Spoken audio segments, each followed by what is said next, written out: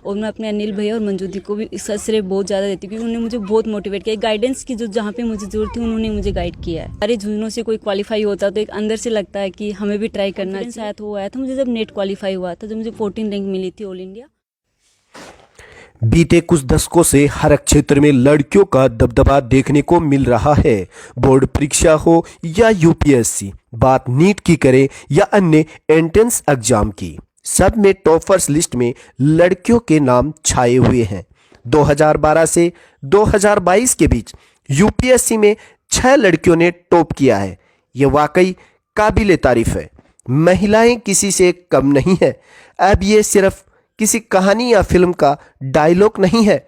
School college के result से लेकर प्रतियोगी परीक्षाओं और उच्च पदों तक हर जगह फीमेल्स का वर्चस्व देखा जा रहा है। फीमेल्स ने कामयाबी की नई इबारत लिखी है। बीते 10 सालों में यूपीएससी को 6 फीमेल टॉपर्स मिली हैं। यह बदलाव की बयार है। इस बदलाव में लड़कियों की शिक्षा में अव्वल झुंझुनू कहां पीछे रहने वाला है। यूपीएससी 2022 का परीक्षा परिणाम जो ही जारी हुआ, सोनासर की बेटी रितु सिहाग ने 739वीं रैंक हासिल की। जब रितु अपने गांव पहुंची तो गांव वालों ने और परिवार वालों ने पलक पावड़े बिछा दिए। पूरा गांव, रिश्तेदार सब मिलकर रितु सिहाग को बधाई देने पहुंचे। रितु सिहाग परिवार में सबसे लाडली बेटी। रितु के पापा फोटोग्राफर, लेकिन रितु के सपने बहुत ऊंचे थे। जिस तरह से उन्होंने कामयाबी के लिए अपने मन में एक सपना लिया और जी तोड़ कोशिश की, उससे रितु वो मुकाम पाने में कामयाब रही। और कामयाबी के लिए कहा जाता है कि कामयाबी के दरवाजे उन्हीं के लिए खुलते हैं जो उन्हें खटकाने की ताकत रखते हैं। और आज रितु ने जिस तरह से एक बहुत बड़ी उपलब्धि हासिल की, तो घर वाले, परिवार वाले, तमाम लोग अपने आप में फख्र महसूस कर रहे हैं। और झुंझुनू की बेटी ने फिर एक बार पूरे। नमस्कार, मैं हूं अंसार मुस्तर और आप देख रहे हैं जनमानस शेखावाटी। यूपीएससी का रिजल्ट जो ही जारी हुआ, उन होनहार छात्र छात्राओं को चारों तरफ से बधाइयां मिल रही हैं। और ऐसे ही राजस्थान के झुंझुनू जिले से 6 होनहार छात्र छात्राओं ने बाजी मारी है। और आज मैं हूं झुंझुनू जिले के सोनासर गांव में, जहां पे रितु सिहाग ने 739वीं रैंक पाई है। बधाइयां देने के लिए तमाम ग्रामवासी, रिश्तेदार पहुंच रहे हैं। आइए बात करते हैं रितु सिहाग से। सबसे पहले आपको बधाई हो। Thank you so much. आपके कौन सा सब्जेक्ट था रितु? मेरा बॉटनी था, ऑप्शनल। अच्छा। आपके घर परिवार, आपका ननिहाल, तमाम जो है वो सारी बातें हमारे दर्शकों को बताइए। आपके पापा का नाम, आपके नाना का नाम, दादा का नाम। मेरे पापा का नाम सुरेश कुमार है, और नाना जी का नाम हरफूल सिंह जी है, और मामा जी का नाम शेषराम एंड सोहन जी। चाचा जी का नाम हवा सिंह है। आप शुरुआत में जब स्कूली शिक्षा से लेके कॉलेज तक का जो सफ़र किया है, उसमें आपकी पढ़ाई का लेवल कैसा था? मेरी पढ़ाई का लेवल एवरेज था, कुछ ज़्यादा ब्रिलियंट स्टूडेंट नहीं थी। बस ये था कि हाँ, एवरेज 60 एवरेज रहती थी हमेशा, कुछ ज़्यादा नहीं। बट लेकिन जब मैं बनस्थली विद्यापीठ में गई थी, तो वहाँ से मेरे जो फ्रेंड्स थे वो बहुत अच्छे थे, उन्होंने मुझे बहुत हेल्प किया था पढ़ने में। तो वहाँ से मुझे लगा कि हाँ, मुझे भी थोड़ा थोड़ा पढ़ना चाहिए, क्योंकि एक इंटरेस्ट बनने लग गया था। वहीं पर जाके मेरा थोड़ा इंटरेस्ट डेवलप हुआ। उसके बाद मैंने तैयारी अच्छी थी, क्योंकि और एक मुझे जो कॉन्फिडेंस आया था वो आया था मुझे जब नेट क्वालिफाई हुआ था, जब मुझे 14 रैंक मिली थी ऑल इंडिया, तो उससे मुझे बहुत कॉन्फिडेंस आया था। उसके बाद कंटिन्यू स्टार्ट हो गया। फिर मैंने कॉलेज लेक्चर के एग्ज़ाम दिया था, जिसमें मेरा सिलेक्शन हुआ। उसके बाद मुझे लगा कि हाँ, उसी टाइम पे यूपीएससी 2016 का रिजल्ट आया था, जिसमें मंजूदी और अनिल भैया का सिलेक्शन हुआ। तो मुझे लगा कि अगर वो लोग डॉक्टर होके कर सकते हैं, तो शायद मैं भी लेक्चर के साथ साथ ये मुकाम हासिल कर सकती हूँ। वहीं से मैंने स्टार्ट किया। फिर मैंने कोचिंग लिया, लेकिन बीच में कभी कभी लगता था कि पता नहीं होगा कि नहीं होगा, क्योंकि मेरी 5 बार मुझे असफलता मिली। तो मुझे कहीं ना कहीं ये होने लग गया था कि शायद नहीं हो, बट लास्ट में हुआ ये। आपने एजुकेशन के जो तमाम डिग्रियां हैं, आपने बताया नेट भी किए, आप कॉलेज प्रोफेसर तक भी पहुँचे। आप जब तक इस लेवल तक नहीं पहुँचे थे, तो वो जो स्ट्रगल था, वो दिन कैसे रहे थे आपके लिए? देखो वो तो बहुत ही वो मुश्किल था, क्योंकि बहुत सारे एक प्रेशर फील होने लगता था, क्योंकि पापा को भी बहुत उम्मीद थी मुझसे कि हाँ रितु कर सकती है।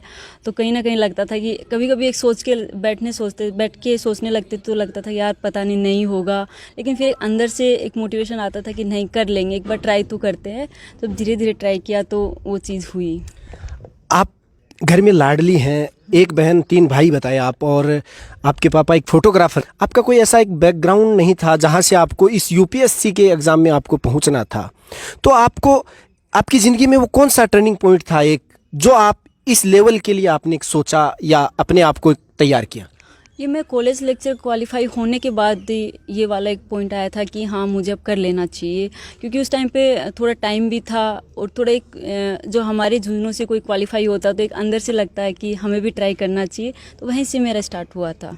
तो पापा ने भी मुझे बोला कि एक बार कोचिंग कर लो, ट्राई तो करो, तो उस हिसाब से।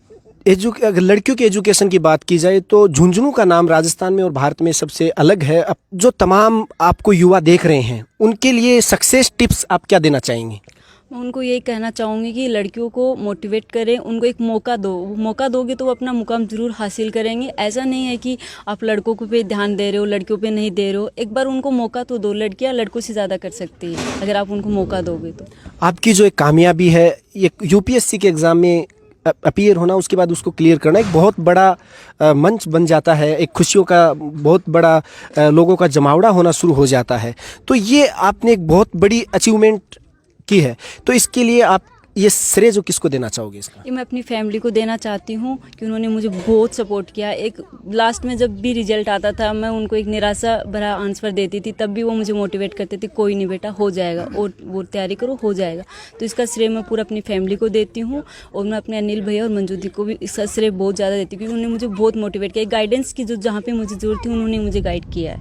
अभी आपने जो एक रैंक हासिल की है 739, 739वीं रैंक है, क्या अब भी इरादा है आपके कि मैं और इससे आगे जाऊं या और इससे अच्छा एक रैंक है वो बनाऊं? हाँ अभी ट्राई तो कर रही हूँ। अभी भी प्रीलिम्स दिया है, पेपर भी ठीक हुआ, अब देखो क्या होता है। बाकी हाँ है कि जब तक अटेम्प्ट खत्म नहीं होते तब तक ट्राई करती रहूँगी।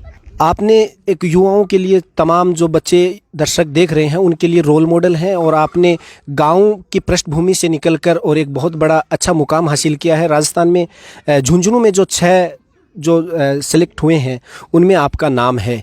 तो और क्या कहना चाहेंगी तमाम जो दर्शक देख रहे हैं उनको? उनको यही कहना चाहूँगी कि अपने आप पे विश्वास रखिए, अपनी पढ़ाई को टारगेट बनाइए, एक लक्ष्य लेके चलिए कि अपनी पढ़ाई करने से पहले एक रणनीति बना लीजिए कि मुझे ये करना है और उस रणनीति पे चलिए। आपका इंटरव्यू हुआ, इंटरव्यू में कोई ऐसा एक रोचक सवाल जो आपसे पूछा गया या कोई ऐसी बात जो हमारे दर्शक आपसे सुनना चाहें? यही पूछा गया था कि आप कॉलेज लेक्चरर हो, आप उसमें भी देश की सेवा कर सकते हो, तो फिर आपको आईएएस अधिकारी क्यों बनना है? तो वो मुझे थोड़ा सा लगा था कि सर आईएएस में मुझे वो अपॉर्चुनिटी ज़्यादा मिलेंगी जो मुझे कॉलेज लेक्चर की फील्ड में होते हुए नहीं मिल सकती। जैसा कि आजकल ज़्यादातर लोग समझते हैं कि मोबाइल जो है वो सबसे ख़राब है, या अपने इस लेवल पर पहुंचने के लिए दोस्तों को भी ज़्यादा टाइम नहीं देना चाहिए, मोबाइल को भी नहीं देना चाहिए, और 16 घंटे पढ़ाई करने का कई दावा करते हैं, 20 घंटे करते हैं। इन चीज़ों को आप कहाँ तक देखते हैं? क्या कहना चाहेंगे इन चीज़ों के लिए? नहीं ऐसा कुछ नहीं है, क्योंकि जब हम पढ़ते हैं तो हम बहुत फ्रस्ट्रेट हो जाते हैं, तो एक हमें थोड़ा मनोरंजन के लिए भी कुछ चाहिए होता है, या तो हम किसी अपने रिलेटिव से बात कर लो जहाँ से हमें रिलैक्स लगता है। चाहे हमारे मम्मी पापा भी हो सकते हैं, कोई फ्रेंड भी हो सकता है, तो उनसे हम बात करके अपने आप को रिलैक्स कर सकते हैं। तो थोड़ा रिलीफ रखिए। साथ साथ में मोबाइल भी ऐसा नहीं है कि आजकल क्या होता है कि हम इंस्टाग्राम चलने लगते हैं तो उसी में फिर 2-3 घंटे निकल जाते हैं। तो इससे अच्छा ये है कि अपने घर वालों से या फिर किसी अपने प्रियवन से बात करो, जिससे थोड़ा माइंड डाइवर्ट होगा, आपको रिलैक्स लगेगा। आपका पढ़ाई में मीडियम हिंदी इंग्लिश कौन सा रहा है? मेरा इंग्लिश मीडियम था। और मेरे साथ आज एक सक्सेस के जो सीढ़ियां हैं उन पे कदम रखने वाली रितु सिहाग है, जिसने यूपीएससी में 739 739वीं रैंक हासिल कर अपने गांव और परिवार का नाम रोशन किया है। ऐसे होनहारों को हम आपसे यूं ही मिलाते रहेंगे, और उनके जो स्ट्रगल का जो वक्त है, जिस तरह से उन्होंने कामयाब होने से पहले किस तरह से अपनी तैयारी की और कहाँ एक लेवल बनाया, तो ये सब चीज़ें आप सब के लिए मोटिवेशन के लिए बहुत ज़रूरी है। इन तमाम बातों के साथ मैं कैमरामैन राजीव के साथ अंसार मुस्तक जनमानस शेखावाटी।